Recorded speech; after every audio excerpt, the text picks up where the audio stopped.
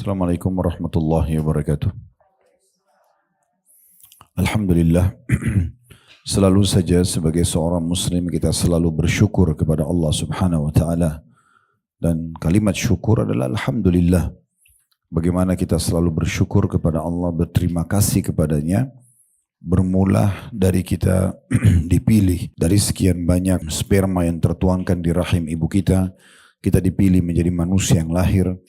Dan akhirnya disiapkan semua fasilitas, oksigen, air, api, dan apa saja yang kita butuhkan untuk roda kehidupan ini. Dan kemudian kita juga dipandu dengan agama Islam, syariat, mana makanan, mana minuman, mana pakaian, mana pendapatan, dan mana pergaulan yang boleh dan tidak boleh. Dan semua itu akan membawa kita kepada panduan yang benar dan bahagia di dunia, serta mendapatkan balasan terbaik di akhirat sana.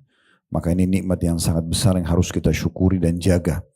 Dan Ibnu Qayyim rahimahullah berkata, termasuk syukur nikmat adalah kalau seseorang menggunakan apa yang sudah Allah berikan dari fasilitas ini di atas ketaatan kepadanya. Maka mari kita kembali kepada tujuan utama kita diciptakan, yaitu mengabdi dan beribadah kepada Allah. Kalau masih dikasih umur seperti hari ini, maka kita maksimalkan untuk menambah kantong-kantong amal soleh kita. Kalau di masa lalu masih ada kesalahan ataupun dosa, kita mohon maaf dan ampun kepada Allah sehingga kita lepas dari hisabnya. Selanjutnya kita panjatkan salam hormat kita kepada Nabi besar Muhammad sallallahu alaihi wa alihi wa sahbihi wasallam, sebagaimana Allah telah perintahkan kita untuk mengucapkan salam hormat tersebut.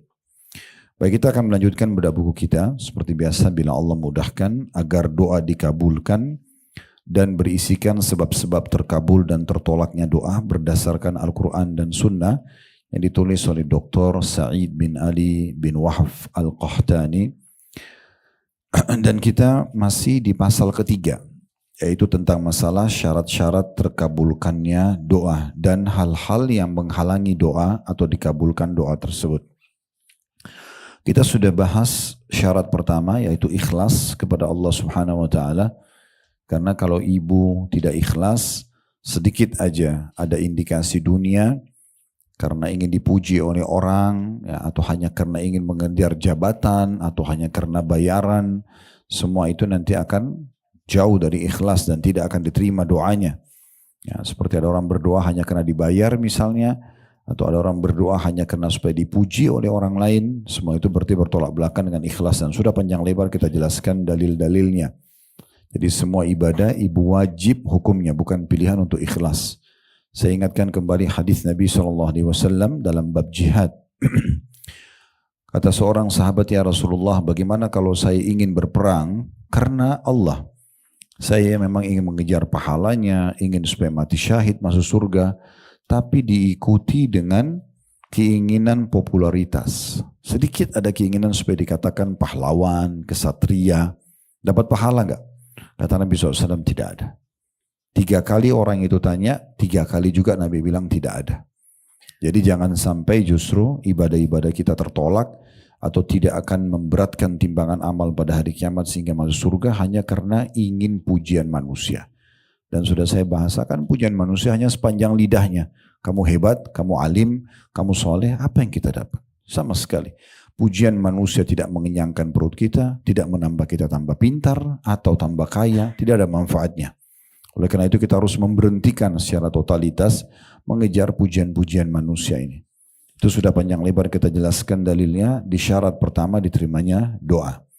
Dan syarat kedua juga sudah kita jelaskan, yaitu mengikuti Rasulullah SAW dalam tata cara berdoanya. Jadi nggak boleh kita berdoa yang tidak diajarkan oleh Nabi SAW. Seperti banyak orang berdoa pada orang mati, kuburan yang dikeramatkan misalnya, atau dia bertawasul dengan orang-orang mati. Ya, sementara memang tidak diajarkan oleh Nabi SAW, atau minta kepada dewa-dewa, penjaga gua, apalah istilahnya gitu ya, atau bintang-bintang. Semua itu kesyirikan kepada Allah Subhanahu Wa Taala.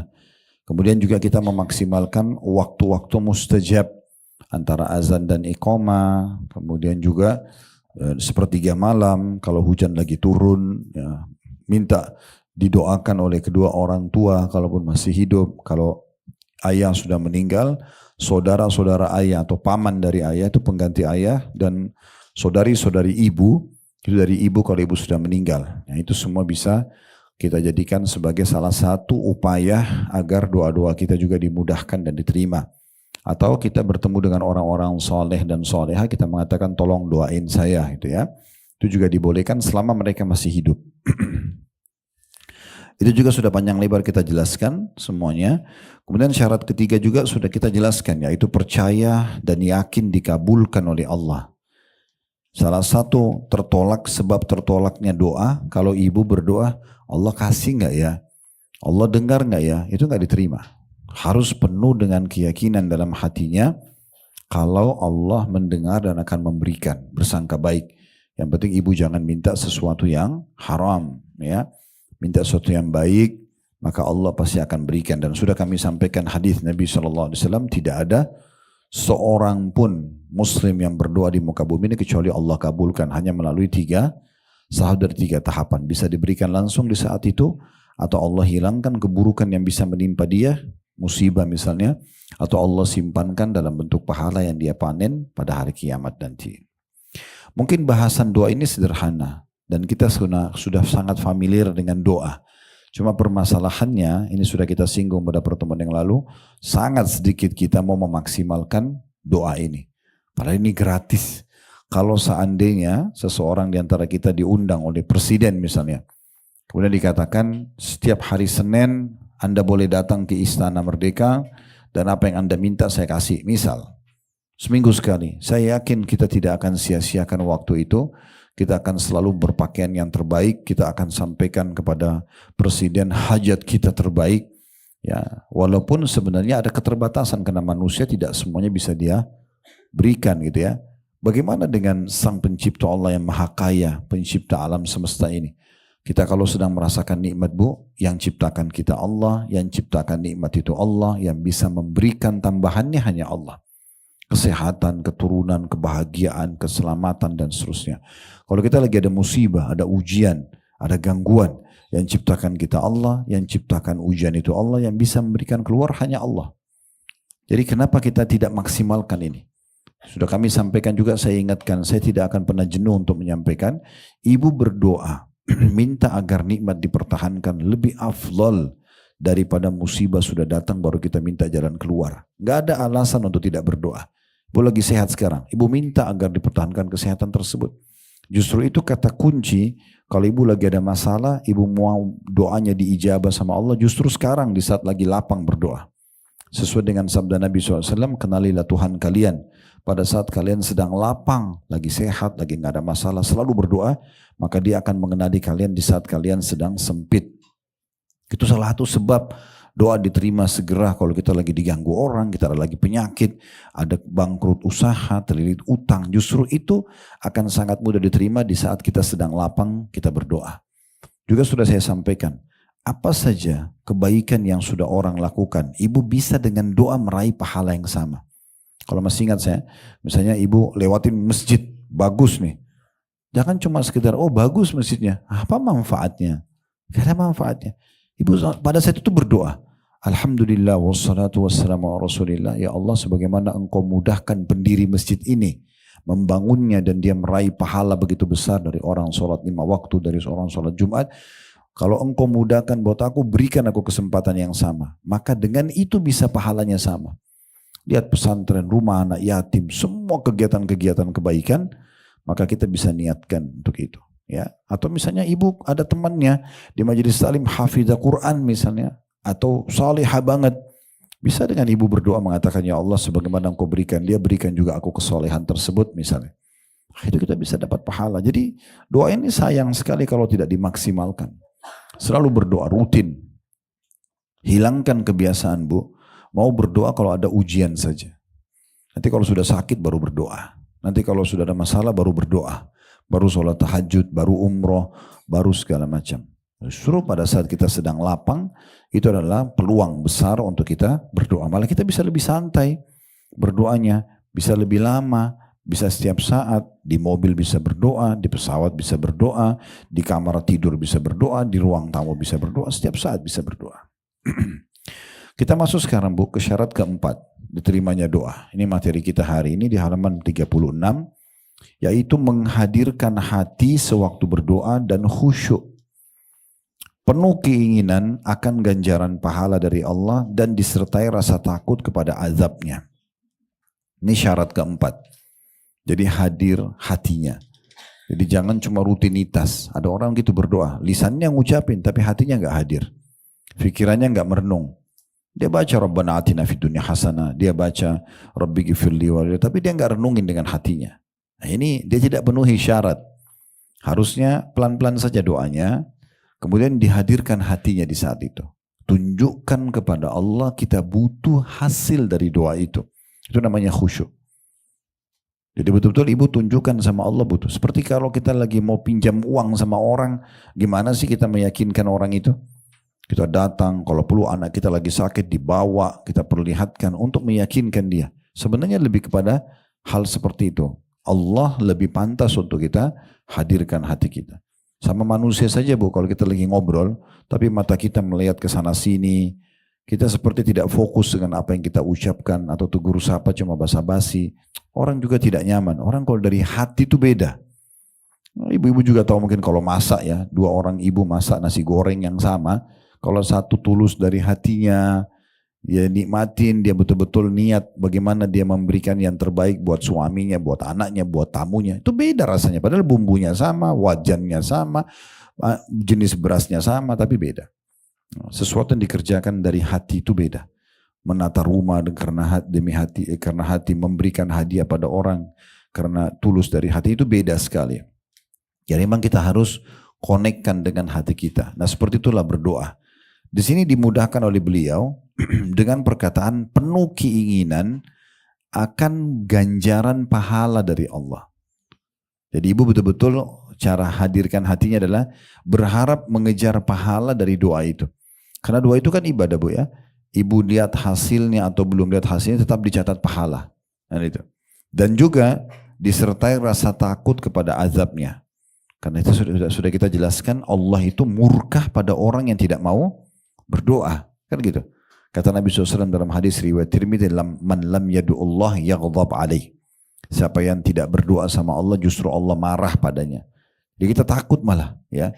Kita punya rasa takut, itu diistilahkan dengan roja, berharap rahmat Allah, dan khauf, takut dari siksa Allah, atau takut dari murka Allah karena kita tidak berdoa.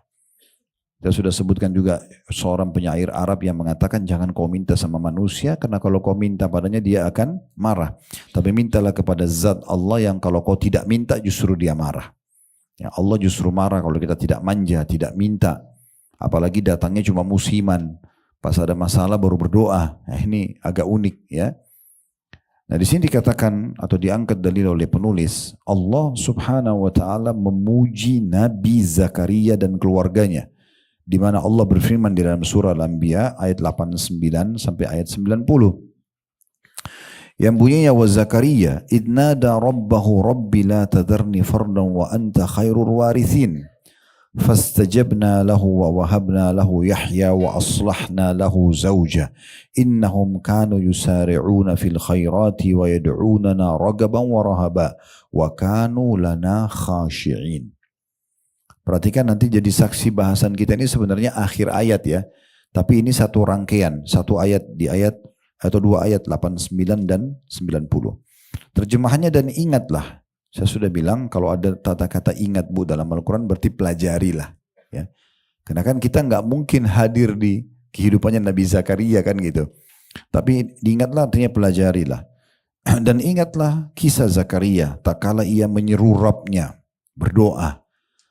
Allah suruh kita ambil pelajaran dari kisah doanya Nabi Zakaria. Emang apa sih yang dia doa? Dia mengatakan ya Robku.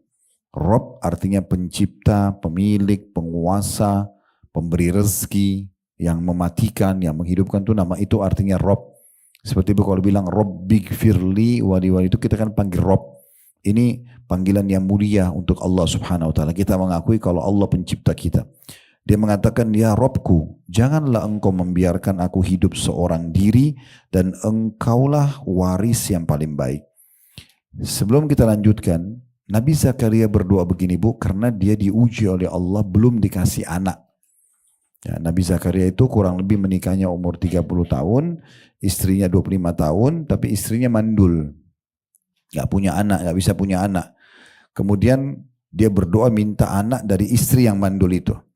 10 tahun dia berdoa belum dikasih, 20 tahun dia berdoa belum dikasih, 30 tahun dia berdoa belum dikasih. Ini Nabi Zakaria kisahnya unik ya. Dia berdoa Bu sampai umurnya 100 tahun. Tidak berhenti berdoa. Dia terus minta dari Allah dari Allah anak dari istrinya mandul. Berarti di saat Zakaria alaihissalam umur 100 tahun, istrinya itu sudah 90 tahun. Tetap dia berdoa. Minta dikasih anak dari istri yang mandul ini. Ya. Dia tidak pernah berhenti untuk berdoa. Diikuti dengan penuh keyakinan dalam hatinya kalau Allah akan memberikan. Lalu dia mengatakan, maka Allah mengatakan, maka kami perkenankan doanya. Kami kabulkan. Dan kami anugerahkan kepadanya Yahya, anak laki-laki, ya diberikan nama langsung dari langit oleh Allah bernama Yahya. Dan Allah nobatkan Yahya menjadi nabi juga. Tentu kalau ibu mau baca kisah lebih lengkap, Nabi Zakaria ini nanti kita bacakan sebentar di surah Maryam. Ya, nanti kita baca sebentar. Selesai saya baca terima ini, kita akan buka aplikasi Al-Quran kita, surah Maryam, surah nomor 19 di beberapa belas ayat pertama. Itu kisah tentang Nabi Zakaria ini. Dan kami anugerahkan kepadanya Yahya, dan kami jadikan istrinya dapat mengandung. Perhatikan bahasa Arabnya, wa aslahna lahu zauja. Dan kami perbaiki keadaan istrinya. Salah satu maknanya adalah kami buat istrinya bisa hamil dalam kondisi mandul dan sudah tua. Sebagian ulama tafsir mengatakan istrinya emosional, Allah ubah sifatnya menjadi sangat santun, ramah. Allah perbaiki keadaannya. Jadi banyak yang Allah ubah. Mandul jadi subur, melahirkan di waktu tua, dan Allah ubah karakternya. Karena doa Nabi Zakaria yang tidak berhenti minta itu. Sesungguhnya sebabnya kenapa Allah kasih ini, bukan hanya karena mereka seorang nabi, bukan hanya karena Nabi Zakaria nabi dan ini keluarga nabi. Tapi Allah menyebutkan sifatnya. Sesungguhnya mereka adalah orang-orang yang selalu bersegera dalam mengerjakan perbuatan-perbuatan baik. Azan, sholat, puasa, waktu puasa. Pokoknya tidak pernah ketinggalan dalam mengerjakan perintah. Mereka selalu segera dalam mengerjakan perbuatan-perbuatan yang baik. Dan mereka berdoa kepada kami dengan harap dan cemas. Nah ini jadi tadi yang dimaksudkan ya. Dia berharap Allah terima doanya, sambil satu sisi dia cemas jangan sampai Allah tolak. Sehingga berada di dua sifat ini, atau dua karakter ini, kita jadi selalu berjaga-jaga. Tidak pernah berhenti untuk berdoa sampai kita lihat hasilnya, karena kita berharap Allah terima. Satu sisi kita cemas jangan sampai Allah tidak berikan. Dan mereka adalah orang-orang yang khusyuk kepada kami. Mereka adalah orang-orang yang khusyuk. Di sini makna khusyuk tadi sudah kita jelaskan, hadir hatinya. Baik, kita coba lihat ya aplikasi Al-Quran Bu, silakan dibuka di surah Maryam. Di surah nomor 19 ya, ayat pertama setelah Bismillahirrahmanirrahim, Kaf Ha Ya Ain Shad. Ini ulama tafsir mengatakan potongan-potongan huruf hijaiyah di awal Al-Quran itu Allah lebih tahu maknanya. Seperti Toha, seperti Yasin, seperti Alif Lam Mim, seperti Hamim. Semua itu Allah lebih tahu artinya. Ada sebagian ulama mengatakan ini adalah nama lainnya surah itu. Jadi kayak misalnya ini bisa surah Maryam, bisa juga surah Kaf Ha Ya Ain Shad gitu ya. Lalu Allah mengatakan, Zikru rahmati rabbika abdahu Zakaria. Yang dibacakan ini hai Muhammad dan hai orang-orang yang baca Quran adalah penjelasan tentang rahmat Tuhan kamu kepada hambanya Zakaria. Apa rahmatnya Allah kepada Nabi Zakaria? Setelahnya dikatakan, ayat 3-nya, Idnada rabbahu nidaan khafiyya. Itu tak kala ia berdoa kepada Tuhannya dengan suara yang lembut. Sebagian ulama tafsir memaknakan khafiyya itu bukan lembut tapi sembunyi. Suara kecil dan menyembunyikan. Alasannya kenapa? Karena Nabi Zakaria waktu Allah ijabah doanya umurnya sudah 100 tahun. Dia minta, ya Allah kasih aku anak dari istri yang mandul ini. Beliau tidak mau didengar oleh orang. Karena permintaan ini gimana? Di akal manusia kayaknya nggak masuk akal. Minta anak dari istri yang sudah 90 tahun mandul lagi kan gitu. Makanya dikatakan khafiyah. Nah yang menjelaskan Nabi Zakaria sudah tua ayat setelahnya, ayat 4-nya. Qala rabbi inni wahanal 'azmu minni washta'ala ar-ra'su syaiban wa lam akum bidu'aika rabbi syaqiyya. Ia berkata, ya Tuhanku, sungguhnya tulangku telah lemah dan kepalaku telah ditumbuhi uban. Semuanya sudah putih rambutnya, sudah 100 tahun umurnya. Dan aku belum pernah kecewa dalam berdoa kepada Engkau ya Tuhanku. Maknanya aku tidak mau berhenti berdoa. Selama, saya pernah jelaskan ibu kalau masih ingat ya, selama ibu minta bukan sesuatu yang bentrok dengan sunnatullah. Ibu tidak suka laki-laki, ibu bilang ya Allah hilangkan laki-laki, enggak mungkin. Mustahil, sunnatullah laki-laki harus ada, kan gitu. Ibu tidak suka malam, ya Allah hilangkan malam, itu bentrok sama sunnatullah, enggak mungkin. Tapi selama tidak bentrok dengan sunnatullah, seperti di sini. Walaupun sebenarnya secara ilmu medis mungkin wanita kalau sudah manufos 40, 50, 60 tahun sudah nggak bisa punya anak. Tapi beliau menganggap itu adalah alam manusia. Di sisi Allah bukan mustahil karena tidak bentrok dengan sistem. Secara fitrah perempuan bisa melahirkan, mau muda mau tua, tidak ada urusannya. Berarti bukan mustahil. Makanya beliau selalu berdoa. Lalu beliau sampaikan, beliau mengatakan, saya tidak pernah kecewa, artinya selama ini saya tidak mau putus asa, tetap saya akan selalu minta. Di ayat 5-nya, wa inni khiftul mawaliya min warai wa kanat imraati akiran fahabli min ladunka waliya. Ini alasan kedua. Selain beliau sudah tua, beruban, sudah sangat tua, alasan kedua kenapa dia tidak punya anak ini. Dan sungguhnya aku khawatir terhadap mawaliku, sepeninggalku, maksudnya penerusku. Sekarang gak ada anak, aku mau meninggal, aku ini seorang nabi. Jangan sampai gak ada yang melanjutkan estafet dakwah ini. Sedangkan istriku adalah seorang yang mandul. Nah ini sebab kedua, istrinya mandul gak bisa punya anak. Tapi apa dia bilang? Maka anugerahilah aku dari sisi engkau seorang putra. Jadi dia minta anak dari istrinya yang mandul itu. Makanya disebutin sifat istrinya. Dia bukan minta anak secara umum, tapi dia minta anak dari istrinya yang mandul. Makanya disebutkan kemandulannya. Dan dia sebutkan di ayat 6 sebab. Kenapa dia minta anak? Untuk apa? Dan ini tidak boleh luput dari kita. Kita kalau minta keturunan, minta untuk seperti ini ya. Yarithuni wa yarithu min ali Yaqub wa ja'alhu rabbi radiyah. Tujuannya agar dia bisa mewarisiku dan mewarisi sebagian keluarga Yakub. Maksudnya ilmu agama. Bukan harta. Karena yang termahal yang kita wariskan kepada anak-anak kita ilmu, bukan harta. Ibu kalau bekali anak-anak dengan ilmu, udah nanti dia datang sendiri rezekinya itu. Kan gitu. Jangan kita sibuk memakaikan baju baru, handphone baru, tapi kita lupa kosong ilmu. Jasadnya kita hiasi, tapi ruhnya gentong kosong. Ya. Jadi makanannya jasad kita sudah tahu. Nasi, ayam, buah, kita minum air itu tuh jasad. Kalau ruh itu ilmu. Ibu dan bapak duduk begini, itu sedang memberikan makan ruh kita. Jadi ruhnya, kalau ruh itu kuat, biar fisiknya biasa, itu akan kuat.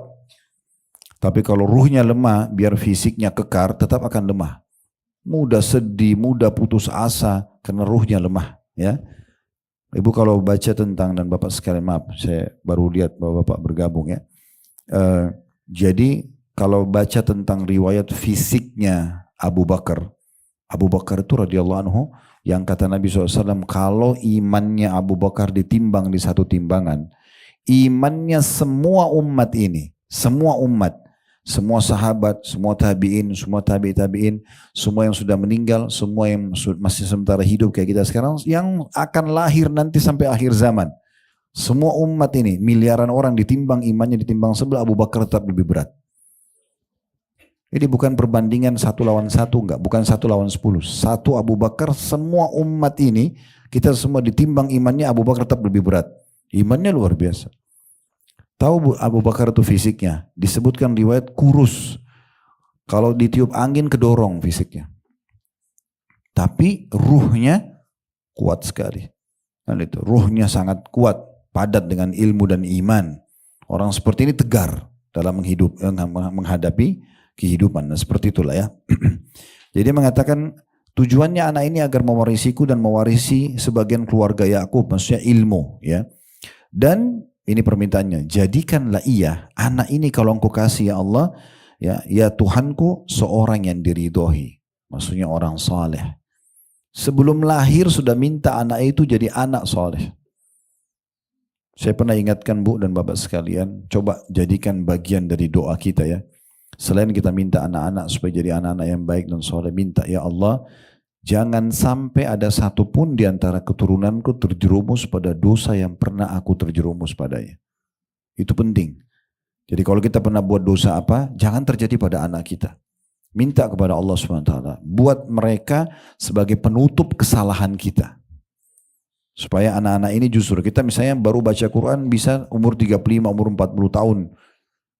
Mungkin juga hafalan kita cuma beberapa surah. Anak-anak gak boleh begitu. Jangan dijadikan sama. Ibu pakai jilbab umur 30 tahun. Anak-anak kalau perlu dari kecil, tutupin kesalahan kita di mereka. Jangan malah wariskan tidak baik. Maaf, ada orang yang hamil di luar nikah. Ibu juga dulu begitu kok. Gak apa-apa nak. Gak apa-apa gimana ini? Ini kebodohan mewariskan dosa. Kan tidak boleh. Nah seperti itulah. Ini contohnya. Buat mereka diridhoi. Ayat 7-nya. Datanglah berita gembira kepada Nabi Zakaria. Ya Zakaria. Inna nubashiruka bigulamin ismuhu Yahya. Lam naj'al lahu min qablu samia. Hai Zakaria, karena tidak pernah putus asa beliau berdoa puluhan tahun. Sesungguhnya kami memberi kabar gembira kepadamu akan memperoleh seorang anak yang namanya Yahya. Yang sebelumnya kami belum pernah menciptakan orang yang serupa dengan dia. Jadi di sini Allah kasih, dia minta anak, tidak disebutkan Nabi Zakaria mau laki-laki atau perempuan, Allah kasih anak laki-laki. Allah berikan nama Yahya, gitu kan? Dan Allah ciptakan fisiknya, karakternya, namanya belum pernah ada orang seperti Nabi Yahya. Dalam ayat Al-Quran lain kami jadikan dia sebagai Nabi, gitu ya. Kemudian Nabi Zakaria di ayat 8-nya Allah nukil bagaimana fitrah dia sebagai manusia. Dia manusia biasa. Walaupun dia seorang nabi, dia mengatakan, "Qala Rabbi anna yakunu li gulamun wa kanat imra'ati 'aqiran wa qad balagtu minal kibari 'itiyah." Nabi Zakaria bertanya kembali kepada Jibril yang bawa berita dari Allah Subhanahu wa taala, "Ya Tuhanku, bagaimana akan ada anak bagiku padahal istriku adalah seorang yang mandul?" Nah, ini sekali lagi penekanan, berarti dia bukan minta istri baru. Minta dari istri yang mandul ini, gitu kan? Ini yang hamil. Makanya diulangi lagi, dia bilang, bagaimana aku bisa punya anak dari istri yang mandul ini? Dan lalu dikatakan juga, dan aku sendiri sungguhnya sudah mencapai umur yang sangat tua. Ya. Jadi laki-laki pun kalau tua mungkin kualitas spermanya pun sudah berkurang. Lalu kemudian Jibril menjawab, utusan dari Allah di ayat 9-nya, qala kadzalika qala rabbuka huwa 'alayya hayyin wa qad khalaqtuka min qablu wa lam taku syai'a.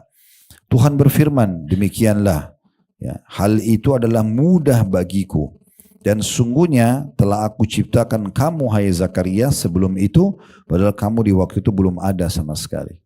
Sebagaimana kau bisa aku ciptakan hai Zakaria, aku juga bisa ciptakan anak ini walaupun dari istrimu yang mandul.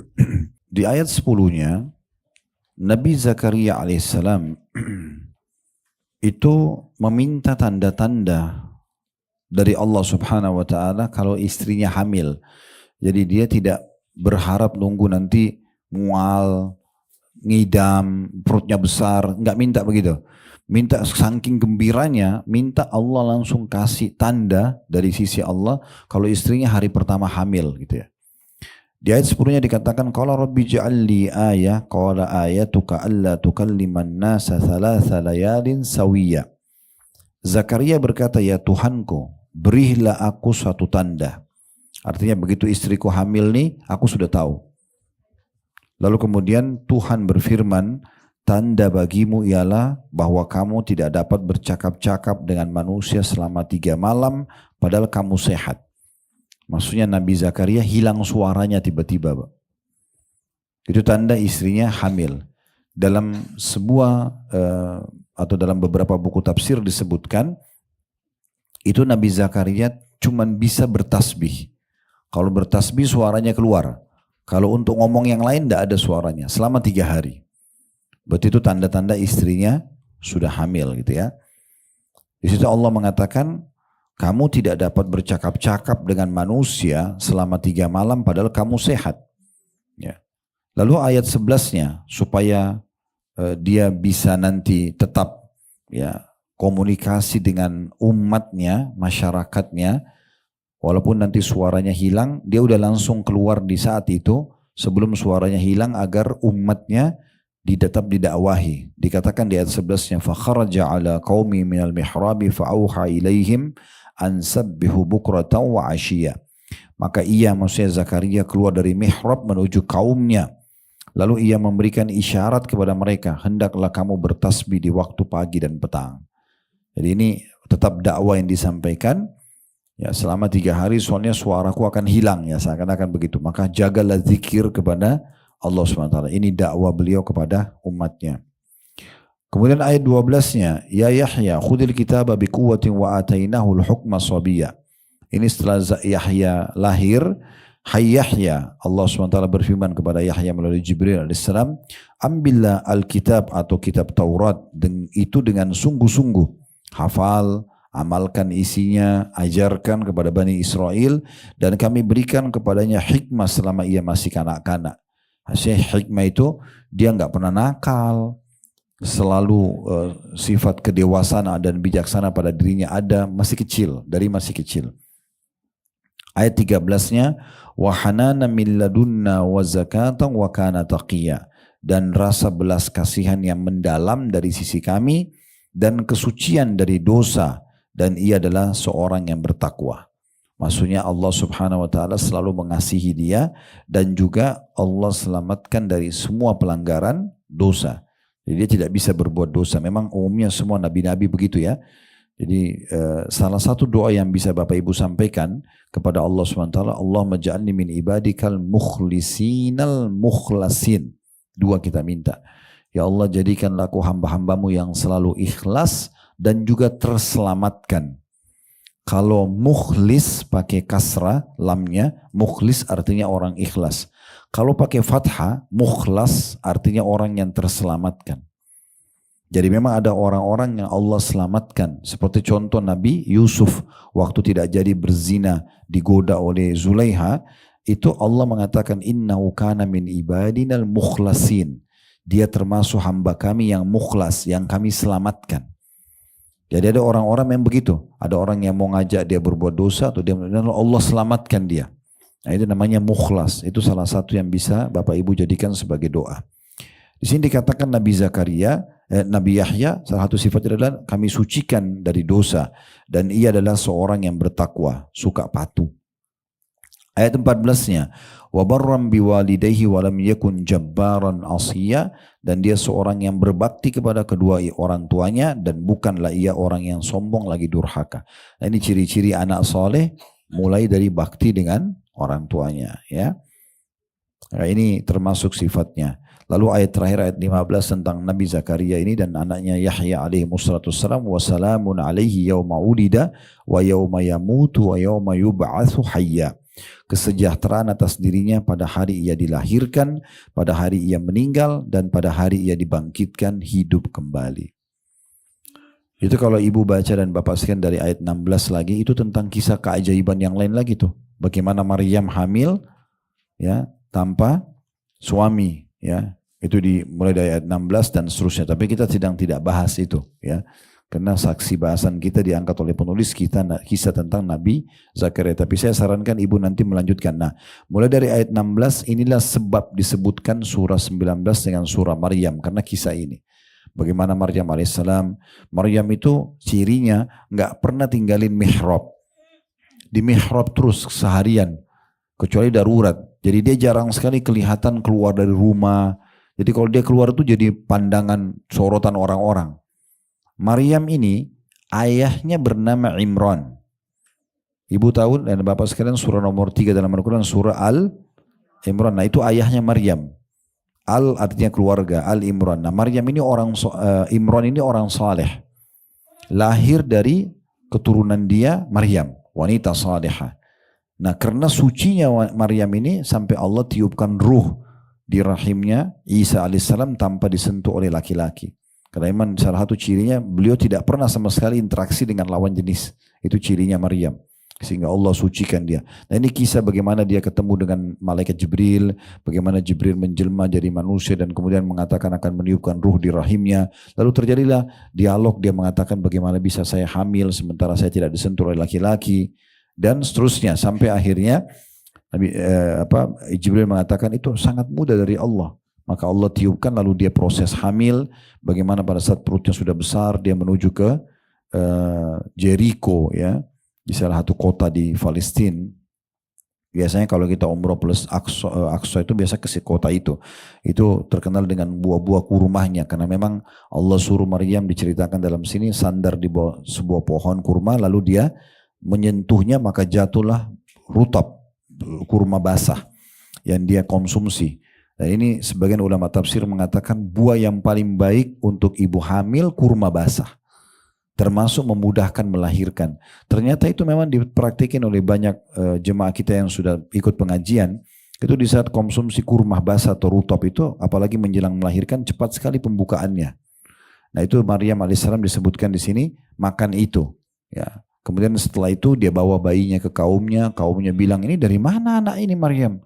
Ya. Sementara kamu ayahmu orang baik-baik, maksudnya Imran dan ibumu juga orang baik-baik. Lalu dia tunjuk bayi itu, lalu Nabi Isa mulai berbicara dalam buaian. Nah ini terus saja kisah Nabi Isa alaihissalam itu berlanjut sampai di ayat tepatnya di ayat 39, ayat 40 ya. Di situ kisah Nabi dan setelahnya datang lagi kisah Nabi Ibrahim alaihissalam dalam surah Maryam itu di ayat 41. Setelahnya datang kisah Nabi Musa, setelahnya datang kisah Nabi Ismail, setelahnya datang kisah Nabi Idris. Itu kisah-kisah Nabi-Nabi ada disebutkan di dalam surah Maryam ini.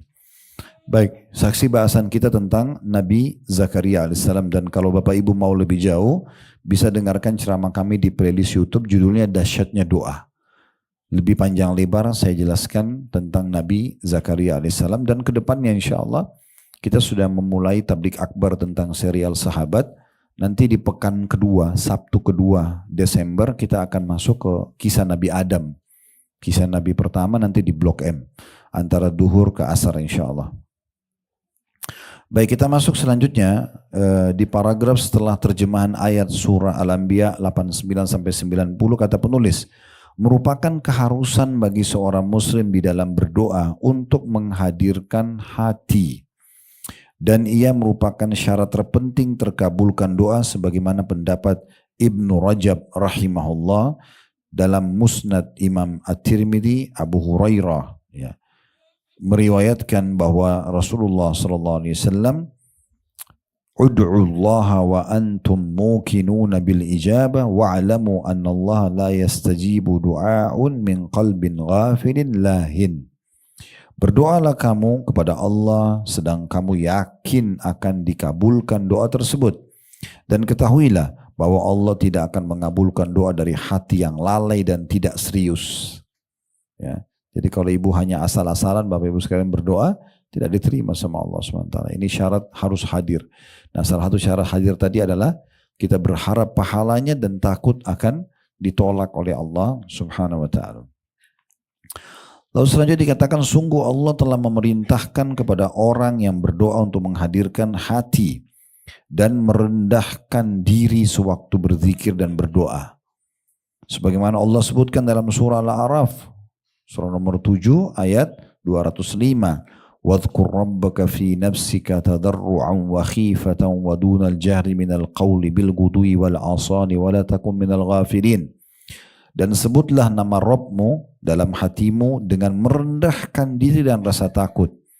Jadi tidak boleh kita bersombong, kita harus menyombongkan diri, kita harus merendah di hadapan Allah, menunjukkan kalau kita butuh dengan doa itu, dan juga rasa takut ditolak, ya, rasa takut tidak diterima.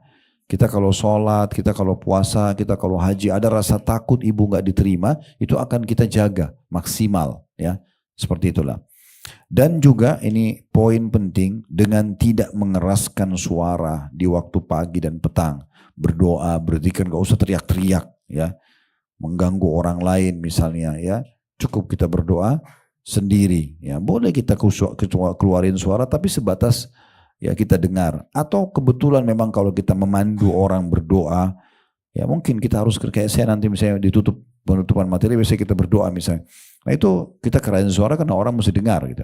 Tapi kalau kita berdoa sendiri sengaja pakai mikrofon ganggu orang semuanya, ini dilarang dalam ayat ini tuh.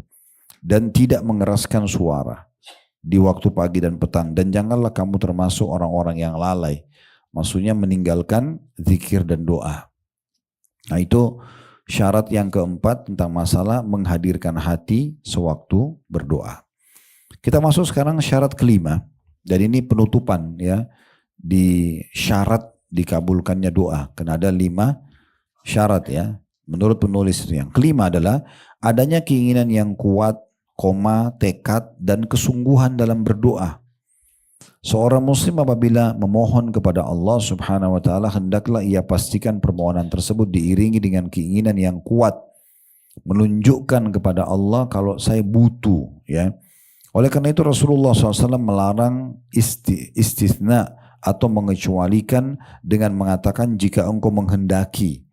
Jadi nggak boleh ibu bilang ya Allah berikan saya rezeki jika engkau ingin ya Allah. Jadi jangan bilang begitu. Itu seperti orang yang ragu. Ya Allah karunia aku anak kalau engkau mau.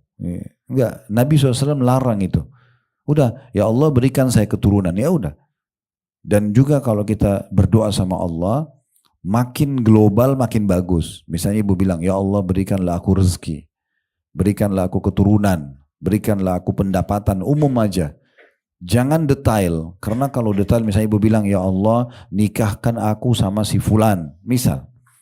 Ternyata memang untuk nikah sama dia ini, itu ada poin-poin yang harus kita jangkau. Kalau misalnya itu belum bisa, maka tidak akan bisa.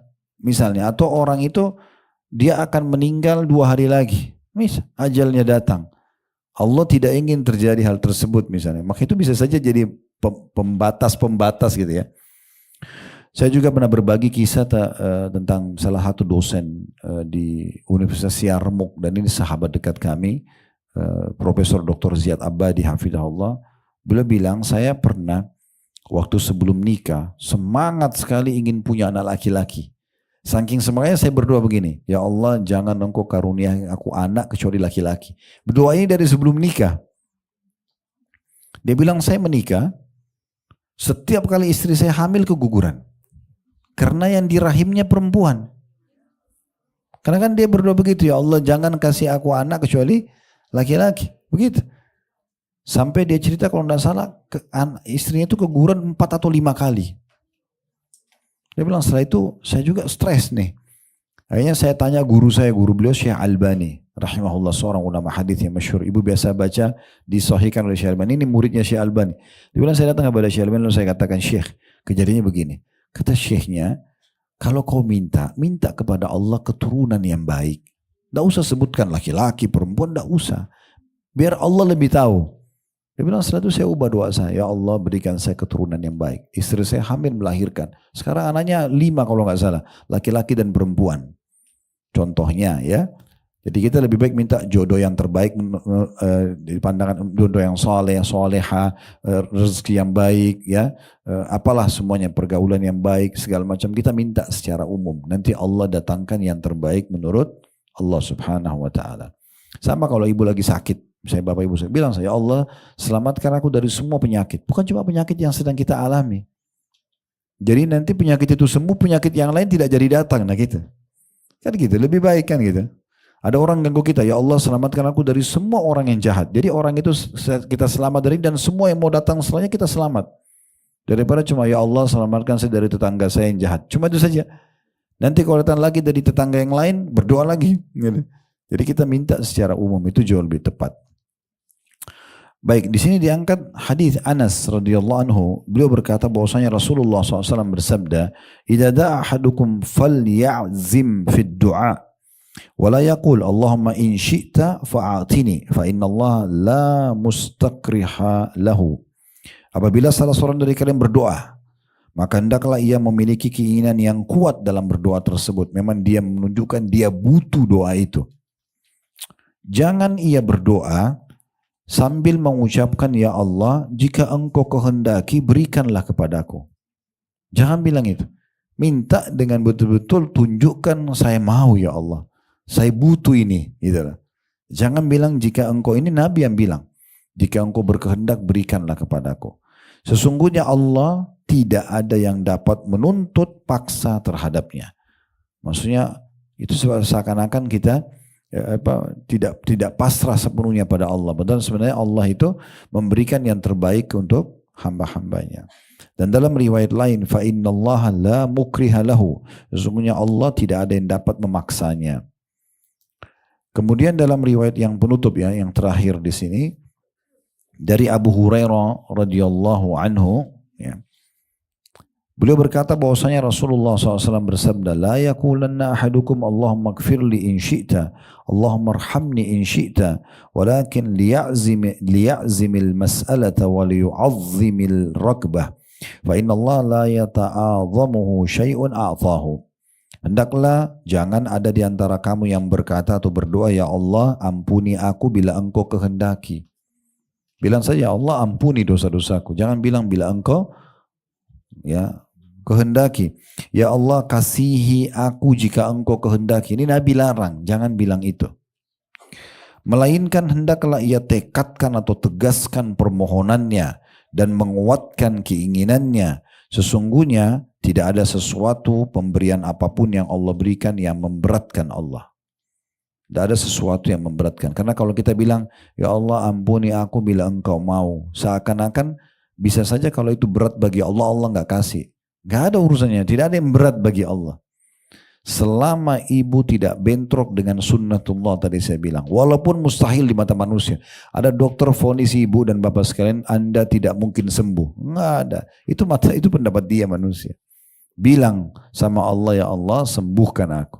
Karena Allah maha penyembuh. Walaupun mustahil di mata manusia. Tidak ada yang mustahil. Selama ibu tidak bentrok dengan sistem yang Allah buat, maka pastikan Allah akan terima. Nah, ini poin yang sangat penting dalam syarat penerimaan doa. Allahu a'lam.